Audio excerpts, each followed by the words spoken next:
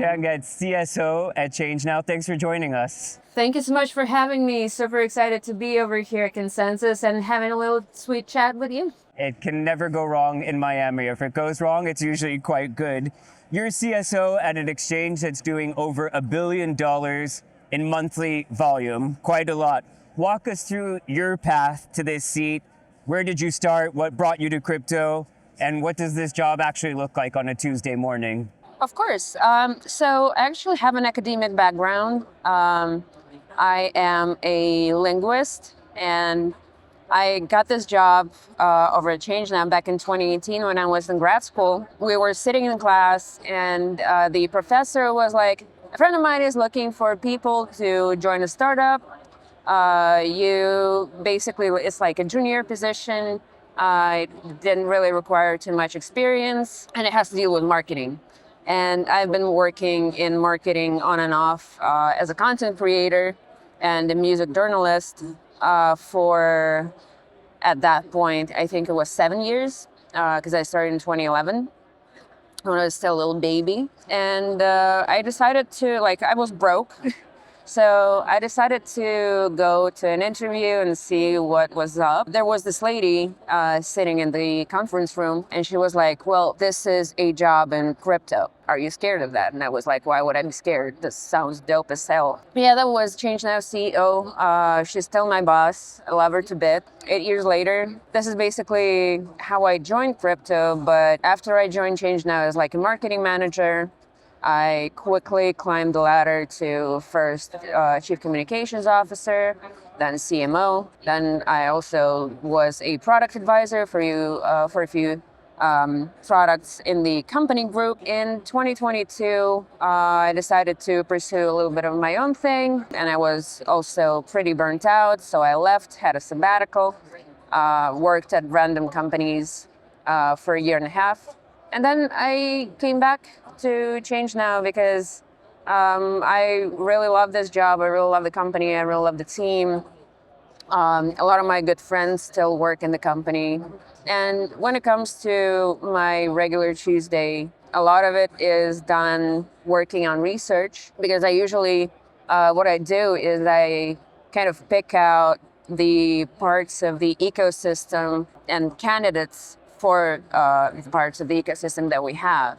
So, for example, I've been looking for an RWA provider, did quite a lot of discussions with Ondo Finance, which we are in the process of integrating. Also did quite a lot of research on payment infrastructure as well as crypto cards. So basically, what I do is, first of all, I kind of come up with a brand strategy, and the product strategy kind of comes from that.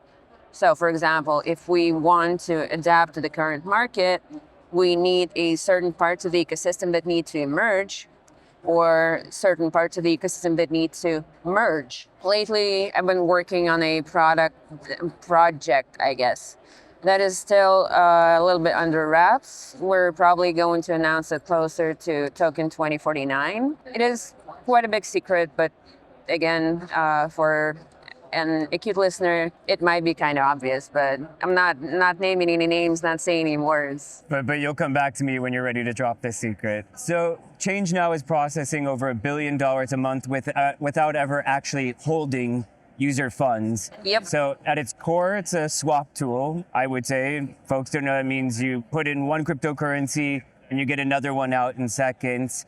No account or order book required. Non-custodial by design. So for people who haven't heard of you, where do you sit relative to Uniswap or Coinbase, for instance? So basically, what we do is we act as a middleman between, say, Uniswap or Coinbase or Binance or whatever, or Radium. Basically, we do trading on those exchanges so that our clients don't have to. Because as I've talked about for all these years, ever since I joined the crypto space, centralized exchanges are way too complicated for the average user. Decentralized exchanges are way too unreliable for an average user.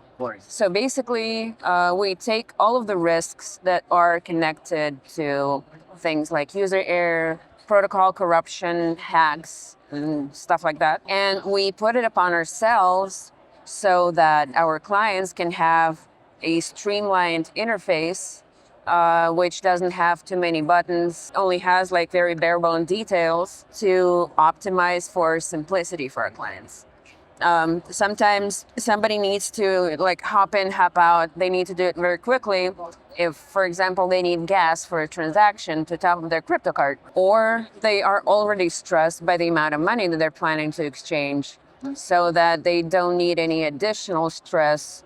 For example, if they're swapping for a large amount. Basically, we get rid of all of it. Recently, we introduced a platform called ChangeNOW Pro, where you can sign up if you want to. You can get verified if you want to get a little bit of an upgraded functionality. But I think the coolest thing that we do is we work with quite a lot of wallets, like Tangem, Trezor, Exodus, Edge, Bitcoin.com, and a few others, so that the users of those wallets can exchange their crypto without ever having to leave the interface of the wallet, which I think is pretty cool. If you've found this space in between the centralized and decentralized markets, what's the secret sauce, you would say? Why is it a focus on UX? Why is it that people find it so much better to go through you than to go through one of the centralized or decentralized exchanges? Because it's easier.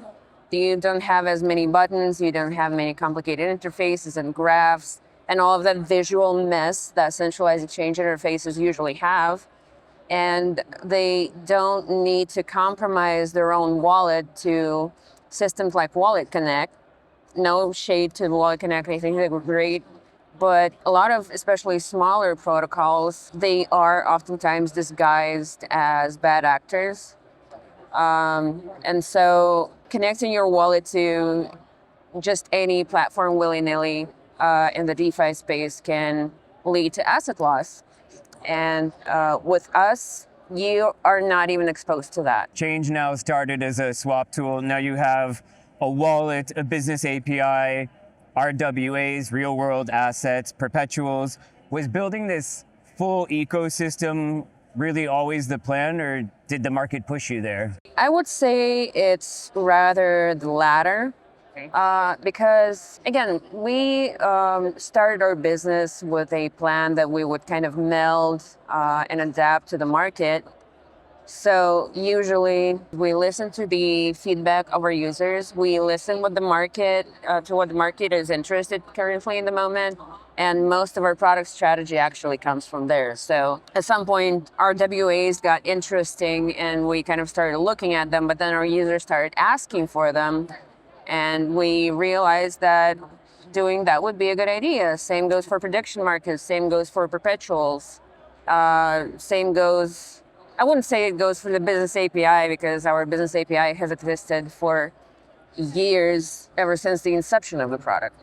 So we launched the swap service and we launched our business API pretty much after half a year of ChangeNOW's existence.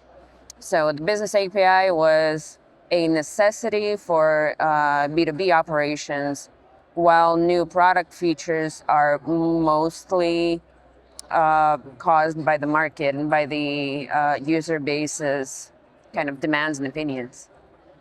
On top of that, you guys just launched limit orders. Yes. Users set a target price, the swap executes automatically when the market hits it. ChangeNOW avoided that mechanic until now. Why was now the moment? Look, I wouldn't say that we have avoided it. It's just for the longest time, we had things that were more important. We had things that were higher priority. We had things that needed optimizing, as well as like internal modifications to the service. So I think it's us launching limit orders right now was more like a long expected, long awaited homecoming, rather than us, just like doing an ostrich thing and hiding our heads in the sand about it. Because it's been long asked for. It's just that other things were more important at the time. The new private send feature protects transactions anonymity on chain. And this is really a live regulatory battle. Tornado cash sanctions were lifted in March 2025, but the founder's criminal case is still moving forward, as many folks know, and 73 exchanges were delisted privacy coins in 2025. That's a 43% increase from 2023. How does ChangeNOW draw the line between legitimate privacy, which we know plenty of people want, and the exposure that's damaged similar products out there? Well, I like the first thing when I talk about private transactions with people, the first thing I tell them that this is not a mixer, and this was never intended to be one, and is never planned to be one. All of our transactions that come through private transfers are still subject to the same AML rules and regulations that all other transactions on ChangeNOW are subject to. So it's not an money laundering scheme. It's just a way for people to hide their original wallet address and to not expose it to the people they want to send money to. There can be all sorts of different reasons. For example, they don't want to expose the balance. They don't want to just show their wallet to people willy-nilly. They don't want people to see their transaction history. And we serve as a middleman that allows people to do just that. It's not about us being a mixer. Because again, if you try to private send stolen money through us, you're still going to your transaction data, not personal data, and I think this is important, is still going to be recorded by us. And if law enforcement comes by, we're still going to follow all of the due process as we do with any other transaction in ChangeNOW. So I think it's kind of important to make that point early on, just to avoid any types of misunderstanding, because when it comes to money, misunderstanding usually has a high price. Now Wallet has perpetual contracts now and prediction markets built in. Perps volume hit $92.9 trillion across the top 10 exchanges in 2025. But October of that year saw 19 billion in leverage positions liquidated in a single day, as we all painfully know. What guardrails exist so this doesn't become a way for retail users to blow up their portfolios? Well, we do have certain limitations on liquidation, and we do have extensive warnings that kind of inform people that perpetual options are a high risk, a high risk asset and a high risk trading opportunity. But then again, people who trade perpetual options do need to be aware that trading perps carries quite a lot of risks. So we just provide it's still the same perpetual options that people might get on Aster or Hyperliquid, just in a little bit of a more convenient interface. And it's important to know that the risk is pretty much identical to what you might get on Aster or Hyperliquid. And how do you go about educating users on that? We are going to release an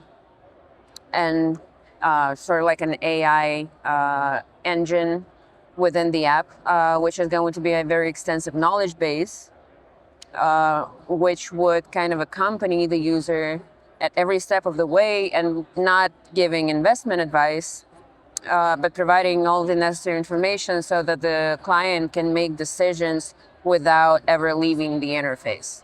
So it's going to combine 14 different databases with hard set rules so that the opportunity for the AI to hallucinate is as little as possible. And in that AI agent, there is going to be quite an extensive knowledge base specifically for perpetual options, because again, high risk opportunity, this is not just regular swapping. And we need to make sure that our clients are aware of that. The RWA market, real world assets, grew 420% at the start of 2025, from 5.8 billion to about over 30 billion, with BlackRock and Fidelity leading the charge. But most tokenized assets still live in permissioned, walled garden platforms, not open DeFi. Let's be honest. Is adding RWAs a genuine product conviction, or are you riding the wave? No, it actually was a genuine product conviction, one that I've had earlier than the rest of the team. So basically, Did it take some convincing? a little bit, yes. Because again, I personally think that RWAs are going to be a very massive wave are going to bring a very massive wave of crypto mass adoption, because they basically take traditional markets and they remove all of the limitations that they have both on custody, on geography, on compliance complications, on trading schedules, and so on and so forth. And those are the things that have made TradFi trading assets inaccessible to a lot of people because they were in the wrong country, or because they didn't have enough money, or because the app that they wanted to trade on, again, was not available where they were. And RWA is a very sharp way to democratize traditional asset classes to retail. And I think it's a very big thing. I'm super excited about it. And I fought like a lion to actually get that implemented. So I, for the longest time, I was completely obsessed with it. And I can say that I finally won. Is there a particular vertical in the RWA space that you're very excited about? Maybe it's on the business side, or maybe it's just something that you're passionate about. Right now, we're focused on simpler asset classes like stocks and commodities, because this is the easiest thing to explain to people. This is the easier thing to fractionalize, and it is easier to store. A little bit later on, we are going to expand the amount of classes that we have into private credit, bonds, equity, private equity, so on and so forth. But right now, we need to kind of ease our user base into TradFi assets and ease the Web2 crowd into Web3 assets, basically, the Web3 side of things. So I do feel it's important we go slow, because for both audiences, it is kind of easy to get confused. Uniswap, Thorchain, a dozen aggregators. The non-custodial space is very crowded. Where does ChangeNOW need to be in 3 years to still be relevant? And what would you have to go wrong? I think ChangeNOW needs to, again, this does pertain to the announcement that we're going to make a little bit, quite soon. Teasing me. Yes. Basically, I think in 3 years, ChangeNOW needs to go even further away from DeFi. Because, again, we are leaving trading both on centralized exchanges, on aggregators, bridges, and decentralized exchanges. We're leaving it to professional traders because they are adapted to them. And our kind of position is that we service not retail traders, but retail investors. And as the amount with the spread of DeFi, those retail investors are going to need more and more features, more and more options. And I think, and what I plan to do is kind of moving the company into that trajectory. So you're not saying that from a theological position that we need to move away from DeFi. You're saying that from a purely business. Yes, it's a purely business, purely utility perspective. So I'm not talking about philosophy here. Miami, here we are. It's been positioning itself as a crypto hub. Basically, since Mayor Suarez started accepting Bitcoin as a salary in 2021, he's no longer in office. But what are you actually here to accomplish on these stages, in these booths, at these meetings, in the hallways? I see you greeting people as they've been walking by as we got set up to talk. I have quite a lot of acquaintances and contacts in the industry, so I keep constantly running into them. But first off, we have quite a lot of partners here that we meet on a daily basis over here. There's you might not see them, but this is our growth team who are doing basically all of the partner work. And the second thing is I kind of want to raise more awareness about ChangeNOW, especially on the cusp of a few significant changes that we're going to have. Again, I'm teasing you. You're good at that. You're consistent. The third thing, the US is one of our largest markets across several platforms, both partners and ours. And it is nice to kind of look our clients in the eyes and talk with them, because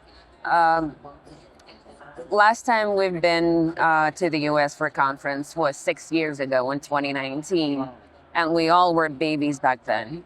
And now we're here as a big name, pretty wide adopted product, which is quite exciting to kind of see the perspective once again and see how it's changed and see how the attitudes toward us have changed. They've only gotten better, so. What have people gotten wrong, including the mainstream press, crypto press, about ChangeNOW? And what do you want people to walk away understanding from this conversation? One of the most common, there are two things that are I can see you've got them on your mind. very common misconceptions, which are polar opposites of each other. One of them is that we are a money laundering machine. And the other one is that we are like a KYC policing assholes who are out to get your personal data and your money and then freeze it and never let go. Two extremes. Yes, two extremes, two polar opposites. And I would like to say that we're neither. We do follow due process when it comes to our customer funds. We don't enforce mandatory KYC. If somebody does not wish to pass KYC, we will issue them a refund. We never freeze money without a reason, but at the same time, we cooperate with quite a lot of blockchain forensics companies and other types of forensics agencies whom we help to return stolen money to people. Just this year, starting from January to now, we've returned almost $100 million to various victims of hacks and drains and stuff like that. From January to May, $100 million. Wow. We very happily collaborate with law enforcement and other regulatory authorities, but at the same time, we don't. Harvesting user data is not our goal. We're not like a data mining operation, and we definitely do not need to keep your money without reason, because that doesn't make any sense for us. It's not our business. So yeah, these are the two things that people tend to kind of interpret incorrectly about us. Pauline, Chief Strategy Officer at ChangeNOW. It's really interesting to be at Consensus with you here in Miami. What I like about it, it's not the biggest conference, but there's a lot of intimacy in the crypto community. People who know each other, a real chance to connect, and it's been great to connect with you. Thank you so much for having me. All super excited to share a lot of the things that we've been doing so far and spit some alpha.